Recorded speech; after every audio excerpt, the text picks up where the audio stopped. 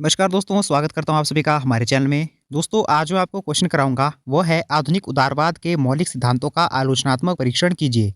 Critically examine the fundamental principle of modern day liberalism. दोस्तों, सबसे पहले हम इसमें इसका इंट्रोडक्शन लिख लेते हैं। आधुनिक उदारवाद, जिसको मॉडर्न लिबरलिज्म भी कहते हैं, उसे सामाजिक उदारवाद, सोशल लिबरलिज्म भी कहा जाता है। शास्त्रीय उदारवाद से विकसित हुआ यह एक राजनीतिक दर्शन है।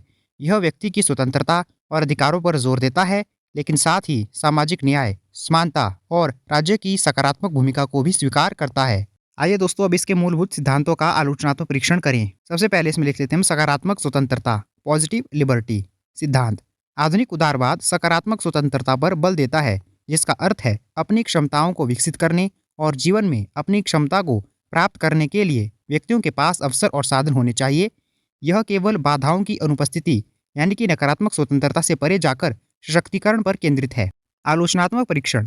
सकारात्मक स्वतंत्रता की अवधारणा ने कल्याणकारी राज्य यानी कि वेलफेयर स्टेट के उदय को जन्म दिया है, जहां राज्य शिक्षा, स्वास्थ्य सेवा और सामाजिक सुरक्षा जैसे क्षेत्रों में सक्रिय भूमिका निभाता है।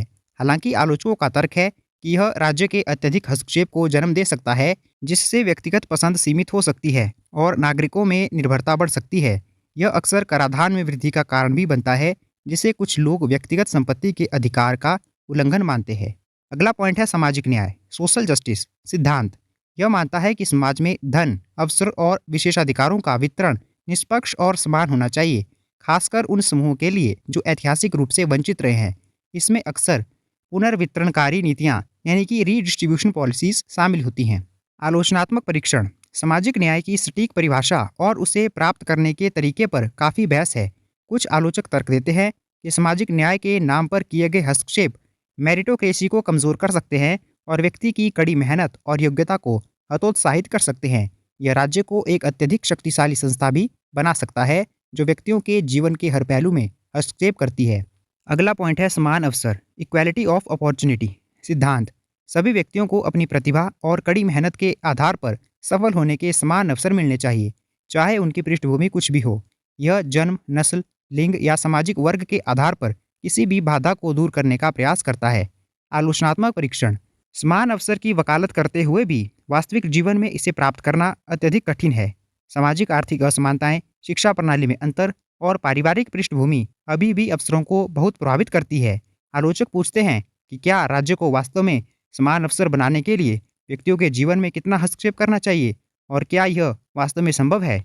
कुछ का तर्क है कि यह केवल योग्यता के आधार पर असमानता को बढ़ावा देता है। अगला पॉइंट है राज्य की सकारात्मक भूमिका, positive role of the state सिद्धांत। शास्त्रीय उदारवाद के विपरीत आधुनिक उदारवाद राज्य को व्यक्तिगत स्वतंत्रता के लिए खतरा नहीं मानता, बल्कि उसे बढ़ावा देने वाले एक आवश्यक उपकरण के रूप में देखता है। राज्य को बाजार की विफलताओं को दूर करने, सार्वजनिक वस्तुओं और सेवाओं को प्रदान करने और सामाजिक सुरक्षा जाल स्थापित करने की जिम्मेदारी लेनी चाहिए। आलोचनात्मक परीक्षण। राज्य की विस्तारित भूमिका नौकरशाही यानी कि ब्यूरोक्रेसी के माध्यम से नौकरशाही के विस्तार, अक्षमता और भ्रष्टाचार को जन्म दे सकती है। यह व्यक्तिगत स्वायत्तता, ऑटोनॉमी को कम कर सकता है और नागरिकों को राज्य पर अत्यधिक निर्भर बना सकता है। इसके अलावा एक मजबूत राज्य आर्थिक स्वतंत्रता को सीमित कर सकता है और नवीनता, इनोवेशन को बाधित कर सकता है।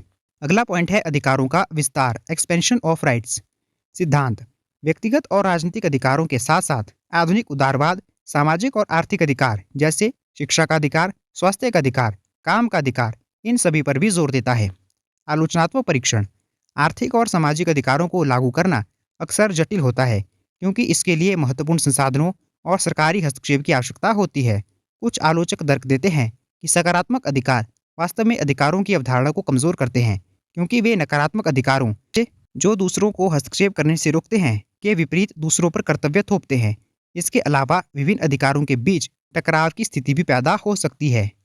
अगला पॉइंट है बाजार अर्थव्यवस्था का विनियमन, रेगुलेशन ऑफ मार्केट इकोनॉमी सिद्धांत। आधुनिक उदारवादी पूंजीवादी बाजार अर्थव्यवस्था का समर्थन करते हैं, लेकिन यह मानते हैं कि बाजार को सामाजिक और पर्यावरणीय लक्ष्यों को प्राप्त करने के लिए विनियमित किया जाना चाहिए। इसमें एकाधिकार को रोकना, उपभोक्ता संरक्षण, श्रम मानक और पर्यावरणीय नियम शामिल हैं। आलोचनात्मक परीक्षण। अत्यधिक विनियमन आर्थिक दक्षता को कमजोर कर सकता है, कम कर सकता है, निवेश को हतोत्साहित कर सकता है और बिग गवर्नमेंट की ओर ले जा सकता है। यह नौकरशाही की लाल फीताशाही को भी बढ़ा सकता है। कुछ आलोचक तर्क देते हैं कि सरकारी विनियमन अक्सर आर्थिक प्रतिस्पर्धा को बाधित करता है और क्रॉनी कैपिटलिज्म को जन्म देता है। अगला पॉइंट है असमानताओं का शमन, मिटिगेशन ऑफ इनइक्वालिटीज। सिद्धांत, आधुनिक उदारवाद का लक्ष्य धन, आय और अवसरों में अत्यधिक असमानताओं को कम करना है, क्योंकि ये सामाजिक स्थिरता और व्यक्तिगत स्वतंत्रता के लिए खतरा पैदा कर सकती है। आलोचनात्मक परीक्षण, असमानताओं को कम करने के प्रयासों से अक्सर उच्च कराधान और सरकारी व्यय होता है।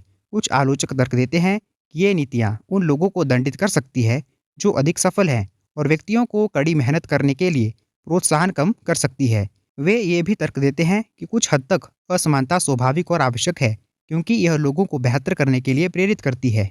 अगला पॉइंट है बहुसंस्कृतिवाद और समावेशिता, मल्टीकल्चरलिज्म एंड इंक्लूसिविटी। सिद्धांत, आधुनिक उदारवाद विविधता का सम्मान करता है और एक समावेशी समाज को बढ़ावा देने का प्रयास करता है, जहां विभिन्न सांस्कृतिक, जातीय और धार्मिक समूहों को मान्यता और सम्मान मिले। आलोचनात्मक परीक्षण, बहुसंस्कृतिवाद पर अति जोर राष्ट्रीय एकता और साझा मूल्यों को कमजोर कर सकता है। आलोचक तर्क देते हैं कि यह समाज को अलग अलग समूहों में बांट सकता है और पहचान की राजनीति को बढ़ावा दे सकता है, जिससे सामाजिक एकजुटता कम हो सकती है। कुछ मामलों में यह उन मूल्यों के साथ भी टकराव कर सकता है जिन्हें उदारवादी समाज के लिए मौलिक मानते हैं, जैसे लैंगिक समानता और अभिव्यक्ति की स्वतंत्रता। अगला पॉइंट है पुनर्वितरण यानी कि रीडिस्ट्रीब्यूशन। सिद्धांत, आधुनिक उदारवादी गरीबों और वंचितों को सहायता प्रदान करने के लिए प्रगतिशील कराधान और कल्याणकारी कार्यक्रम के माध्यम से धन के पुनर्वितरण का समर्थन करते हैं। आलोचनात्मक परीक्षण, पुनर्वितरण नीतियां अक्सर दक्षता बनाम समानता के बीच एक ट्रेड ऑफ प्रस्तुत करती है। उच्च कराधान से निवेश और उत्पादन में कमी आ सकती है, जिससे पूरी अर्थव्यवस्था धीमी हो सकती है। कुछ लोग इसे निजी संपत्ति के अधिकारों का उल्लंघन मानते हैं और इसे संपत्ति की चोरी के रूप में देखते हैं। अगला पॉइंट है अंतर्राष्ट्रीय सहयोग और मानवाधिकार, international cooperation and human right. सिद्धांत, आधुनिक उदारवाद अंतर्राष्ट्रीय सहयोग, वैश्विक शासन और मानवाधिकारों के सार्वभौमिक प्रचार में विश्वास करता है, अक्सर यह मानते हुए कि ये वैश्विक शांति और समृद्धि को बढ़ावा देंगे। आलोचनात्मक परीक्षण, अंतर्राष्ट्रीय हस्तक्षेप और मानवाधिकार को बढ़ावा देने के प्रयासों को कुछ देशों की संप्रभुता के उल्लंघन के रूप में देखा जा सकता है। यह पश्चिमी मूल्यों को अन्य संस्कृतियों पर थोपने का आरोप भी झेल सकता है। इसके अलावा अंतर्राष्ट्रीय संस्थानों की प्रभावशीलता और निष्पक्षता पर भी सवाल उठाए जा सकते हैं। तो दोस्तों, यहाँ पर हमने आधुनिक उदारवाद के जो मुख्य बिंदु हैं और उनका आलोचनात्मक परीक्षण है वह कर लिया है। अब दोस्तों, हम इसमें इसका निष्कर्ष लिख लेते हैं। संक्षेप में, आधुनिक उदारवादी समाज को अधिक न्यायसंगत और समावेशी बनाने के लिए एक शक्तिशाली ढांचा प्रदान करता है। हालांकि इसकी आलोचनाएं मुख्य रूप से व्यक्तिगत स्वतंत्रता और राज्य के हस्तक्षेप के बीच संतुलन, आर्थिक दक्षता पर इसके प्रभाव और सामाजिक एकजुटता पर पहचान की राजनीति के संभावित प्रभावों के इर्द गिर्द घूमती है।